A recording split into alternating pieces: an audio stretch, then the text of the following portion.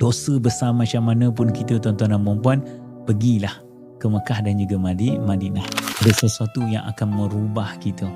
Siapa yang berjalan tuan-tuan, saya tak tahu orang perempuan dapat tengok ataupun tidak, tapi orang lelaki, siapa yang pergi menziarahi baginda Rasulullah, di hadapan pintu kawasan Raudhah ada satu surat cinta baginda Rasulullah kepada kita. Mungkin bukan pada tuan-tuan lah, tapi mungkin kepada saya tuan-tuan dan puan-puan, seorang yang berdosa. Ada satu tuan-tuan perkataan yang dikatakan oleh Muhammad sallallahu alaihi wasallam, syafaati li ahli al-kabair min ummati.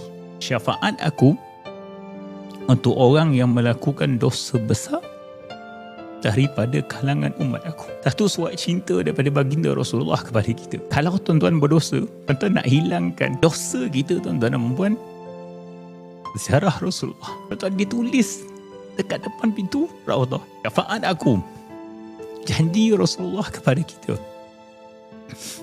Wahai orang yang berdosa, orang yang tak berdosa tuan-tuan, dia tak perlukan syafaat Rasulullah.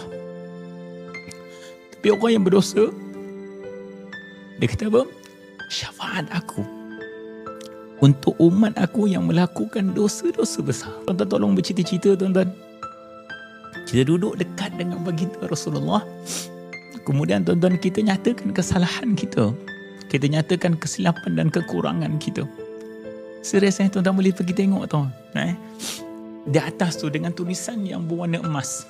Syafaati li ahli al-kabair min ummati. Syafaat aku untuk orang yang melakukan dosa besar daripada umat aku. Allahu Akbar. Moga Allah Subhanahu Wa Taala tuan-tuan mengizinkan kita untuk pergi ke sana tuan-tuan, berjalan untuk bertemu dengan baginda Rasulullah.